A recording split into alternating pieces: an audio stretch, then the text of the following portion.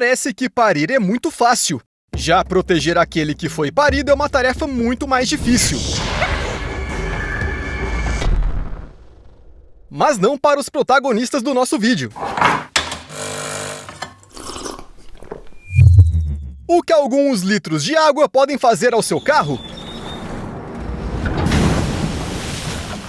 Agora não é tão difícil imaginar o quão perigosa pode ser uma cachoeira, né? Mas é lá que esses pássaros se escondem e escondem seus filhotes. Como eles pensaram nisso?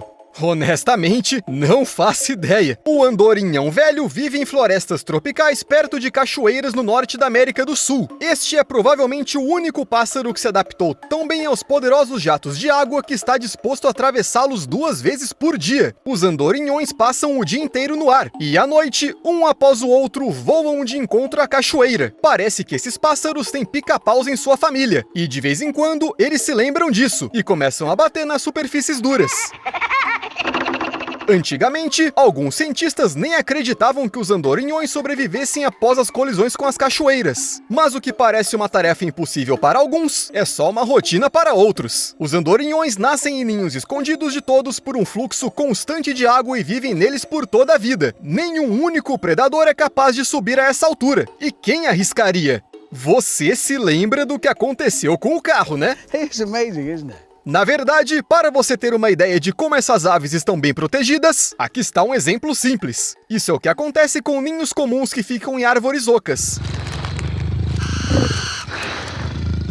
Se você não quer que você e seus filhotes sejam comidos, você precisa ser criativo. E os calaus conseguiram. Eles também colocam seus ovos em buracos de árvore. Mas antes disso, a fêmea fecha a entrada por dentro com lama, excrementos ou polpa de frutas. E a fecha quase que completamente, deixando apenas um pequeno buraco ou fresta, através do qual o macho a alimentará. É simples, ninguém vai entrar no seu ninho se não tiver por onde entrar. Algumas semanas após a eclosão dos ovos, a fêmea destrói a parede construída, sai da cavidade e a fecha novamente. Os filhotes saem da cavidade já adultos, e isso não é tão fácil quanto parece à primeira vista. Você deve estar pensando, mas e o lixo? E sim, isso é realmente um problema. As fêmeas de algumas espécies de calau jogam a sujeira através do buraco na árvore. Se você passar por perto, cuidado com a cabeça. Porém, a natureza não deu a muitos animais nenhum meio de proteção. O tatu, por exemplo, teve sorte. Ele se enrola no formato de bola e pronto, ninguém consegue comê-lo. O resto não achou um bilhete da sorte.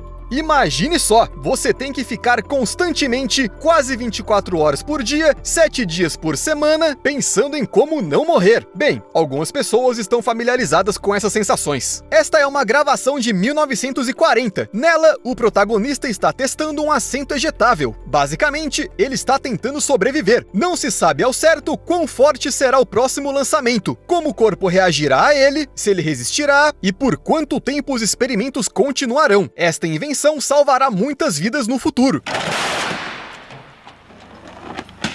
Mas poucas pessoas sabem que, muito antes dos humanos, os sapos inventaram algo semelhante. Olha só, basta a cobra atacar o ninho para que os girinos... Que velocidade! Eles com certeza não vão esperar para serem comidos. Geralmente leva mais tempo para que os futuros sapos eclodam, mas assim que um predador surge por perto, isso ativa um protocolo especial de salvação. A cobra cria vibrações às quais os girinos reagem, e em poucos segundos, todos os futuros sapos amadurecem rapidamente. Eles liberam enzimas especiais, dissolvendo a casca pegajosa e se libertam rapidinho. Imagine como as cobras ficam surpresas. Hey, what happened? Ninguém espera que as ovas de sapo fujam. É como se seu mingau de aveia pulasse do seu prato do nada e desaparecesse rumo ao desconhecido. Com esse mecanismo de defesa, os pais dos sapinhos nem precisam estar por perto para proteger seus filhotes. Eles sabem se virar sozinhos. Mas esta não é a única espécie que deu sorte com uma proteção de prole embutida. Os cercopoides são parentes das cigarras e são poucas as pessoas que se interessam por eles na idade adulta. Mas suas ninfas são muito interessantes. Elas formam uma espuma espessa em torno de si, como se estivessem o tempo todo num banho de banheira. Elas criam a defesa com sua urina aquosa misturada com o líquido pegajoso especial e constroem uma espécie de ninho de bolhas ao seu redor. As ninfas se adaptaram para respirar através dessa densa camada de espuma, mas o mais mais importante é que ela serve como uma barreira natural contra predadores. Dizem que, além de esconder as ninfas de olhares indiscretos, a espuma também tem um gosto amargo desagradável. Eu nem quero pensar que existe um cientista que voluntariamente lambeu a espuma da urina dos insetos, mas acho que foi isso mesmo que aconteceu. It has kind of a bitter taste. But the question for scientists was, does the nymph breathe through those bubbles? Bem, alguns animais realmente se esforçaram muito para criar esses tipos de proteção para seus bebês. Mas se a natureza pode ser considerada uma escola da sobrevivência, então, como em qualquer classe, existem alunos excelentes e alunos ruins. E pelo que parece, as galinhas da Angola são perfeitas para este último papel. Não é por acaso que são chamadas de uma das piores mães do mundo animal. As galinhas da Angola são capazes de deixar o ninho com ovos sem proteção e ir fazer suas coisas. Os predadores adoram se aproveitar disso. Mas se isso não acontece, a mãe pode muito bem mudar de ideia sobre ser mãe enquanto tu choca os ovos e simplesmente ir embora, deixando os filhos morrendo de frio. Caso a prole consiga evitar tudo isso e nascer, a galinha da Angola distraída pode levar os filhotes para buscar alimentação em caminhos ruins, onde os pintinhos ficam molhados, congelam e logo morrem. A galinha da Angola simplesmente não liga. Comparado a ela, este peixe é simplesmente um exemplo de cuidado com os filhotes. Essa pilha de lixo, aliás, é um ninho no qual os esgana-gatos põem seus ovos. Um nível de segurança incomparável. Mas há em quem se inspirar debaixo d'água. O Tyrannochromis macrostoma é um tipo de peixe que só pode ser encontrado nos lagos africanos do Malawi, ou no aquário de alguém. Mas sua principal característica é a certeza de que o lugar mais seguro para um filhote é a boca de sua mãe. É sério, assim que um predador aparece no horizonte, a multidão de peixinhos se prepara para se esconder. E nada os incomoda, nem mesmo o fato de que a mãe é, na verdade, um predador terrível. Nem mesmo os olhares do resto dos animais marinhos. Tá bom, exagerei um pouco com isso dos olhares. Mas imagine um filhote que demora um pouco demais para começar uma vida independente. Mamãe! Poxa, mãe! Você tem 35 anos! É hora de encontrar um emprego! Mas, mãe! Mas não são só esses peixes que fazem isso. Que tal os crocodilos? Eles fazem a mesma coisa, embora não de forma permanente. As fêmeas não escondem os filhotes dentro da boca ao primeiro sinal de perigo, mas apenas os transportam do local onde nasceram até a água para que os crocodilinhos não se tornem presas de outros predadores. Normalmente não é um caminho muito longo, mas tente parar o desejo de cuidar de uma mãe dessas.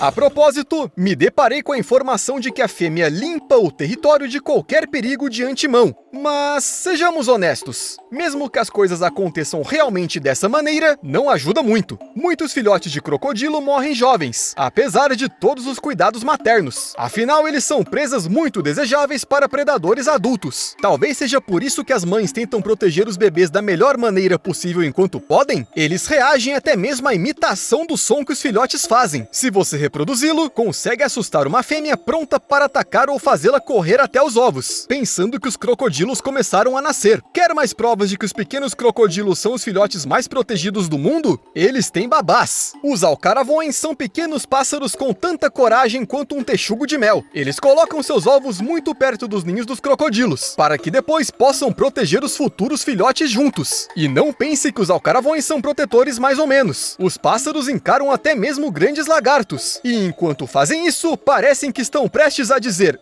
"Ei, você está na quebrada errada, parceiro!" Os crocodilos não ficam em dívida com os pássaros e atacam todos os predadores que tentam se aproximar de seus locais de nidificação conjuntos. Ou seja, é a perfeição! Os gaviais ficam só observando tudo isso. Pode ser que eles também ficariam felizes em carregar seus filhotes na boca, mas lá só cabem peixes e os dentes são muito afiados. Bem, é preciso inventar alguma coisa. Mesmo assim, já é melhor do que a galinha da Angola. Mas sejamos honestos, é muito mais fácil proteger seus filhotes quando você é um grande predador. Mas e os pequenos roedores? Pode parecer estranho, mas eles usam métodos semelhantes para proteger sua prole. Não, eles não carregam bebês na boca e não contratam babás. Eles apenas se multiplicam em grande número. E os crocodilos fazem o mesmo. A fêmea do crocodilo do Nilo pode colocar até 100 ovos de uma vez, dos quais eclodirão uma quantidade enorme de pequenos crocodilos. Isso é simplesmente necessário para preservar a população, já que muitos deles inevitavelmente morrerão. Mas existe outro método que os crocodilos não conhecem, e isso provavelmente é para melhor. Os esquilos, assim como alguns outros pequenos animais, usam a pele das cobras para encobrir seu próprio cheiro. Eles basicamente se esfregam contra ela e esfregam em seus filhotes. Estranho. Este esquilo usa a mesma colônia que o Steve. E será que um crocodilo quer cheirar como uma cobra? Bem, só se for a fragrância da moda desta primavera. Até mais!